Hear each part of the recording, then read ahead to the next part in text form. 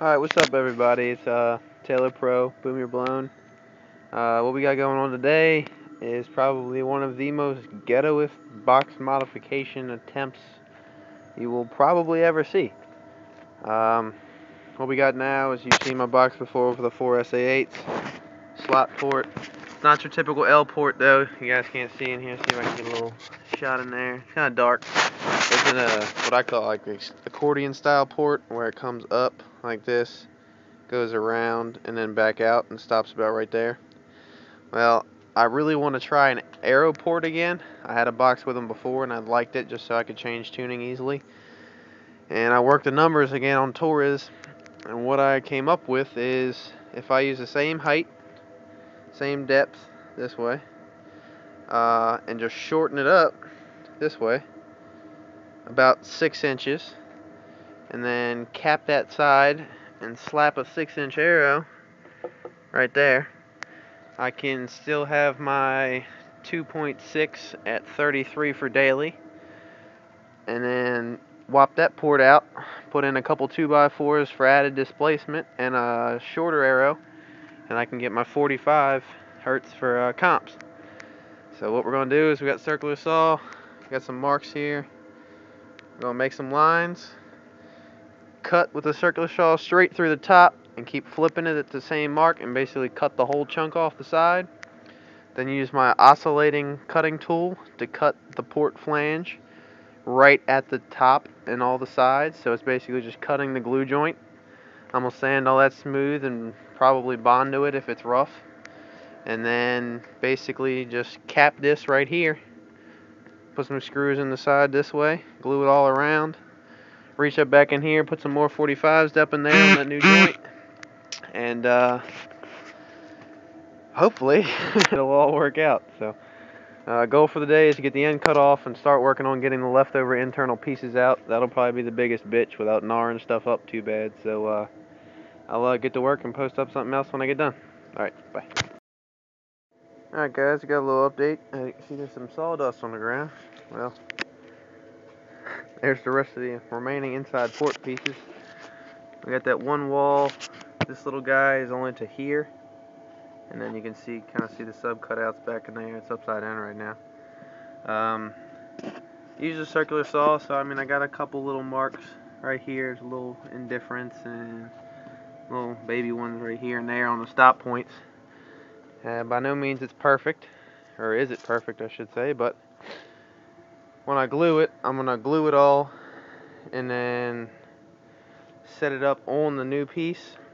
So in other words, I'm capping this. It's just a piece I can show you. Capping it like that.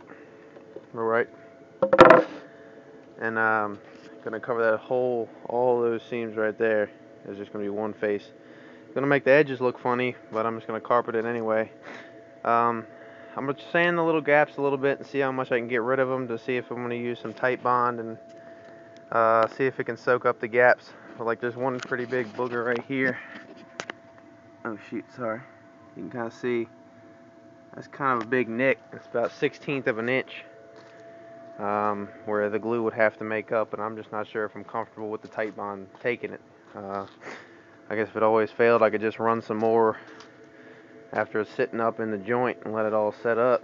But I mean, if not, I could always use like some liquid nails or something like that. But this is the leftover port piece, what I cut off. And you can see this is where the original porthole was. I just hacked it clean off.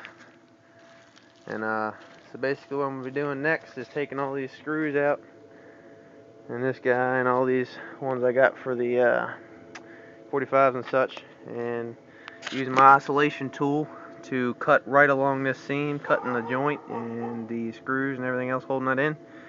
These will come straight out. It'll be a perfect rectangle at the end, and after I sand all that shit down in here, make a decent plate, I'll go ahead and cap it, try to put some new 45s in here, glue it, seal it all up.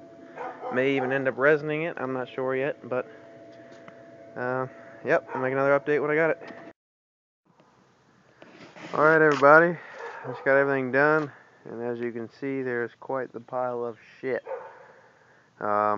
once I got in there and had all those port pieces removed, that was a bitch and a half. What was the real pain were these 45s, where they had double the glue joint kind of deal. Got pretty nasty with them. This is one of them I had to cut up into some pieces with the jigsaw and mash the fuck out of. This is the port piece that I cut off. Yeah, that's the old right side of the box. I don't know what I'll do with it. I'll just chuck it, I guess. But yeah, door weight. So I clean up some shit. Let's go inside and look at the box. I'm done for the day. It's about dinner time here, so I'm gonna get situated and get some food going here shortly. But what we got? Let me turn the light on. This is what we got there. Sorry about that. We didn't have any lighting, but this is the box how it looks now. A little bit shorter. And top's all cut out. I mean, by no means is it perfect in here, but I mean, it's smooth. So I'll do a little bit more on there, and then basically, like I said before, there's going to be a cap that sits on all these faces, glue on these joints, screw the hell out of it down, and if I can cut up some more 45s, I'll reach up through here like this, and I'll put them up in these corners right there, and after that I'll just glue all the joints and get everything settled. And in case you were wondering, I did say something about a precision port, but the arrow port will be on the sub side, down there, on that there far side. And the reason being for that is I just want to keep the port. I'm going to use 6-inch flares, but I'm going to use 6-inch sono tube to make my custom length, and it'll be 23 inches, which should leave the port end about right there, or so, maybe about here. So all the subs are going to be behind the opening, and it should unload well. Tomorrow, maybe if it's not raining, I'll cut the other baffle, that cap I'm talking about, and go from there. I'm gonna order, or I'm buying a port off a guy on Catco here, in probably next week or so. Slam the next couple weekends. I got North Carolina this weekend, Georgia the week after that, and then I'm trying to make it to the Pulse Car Audio show at Pulse Car Audio in Salisbury on the 3rd of April. So I got slam weekend, so I got forced to work on this during the week. I'm gonna try to get the port in, that new face on, and wrap it in carpet by the show.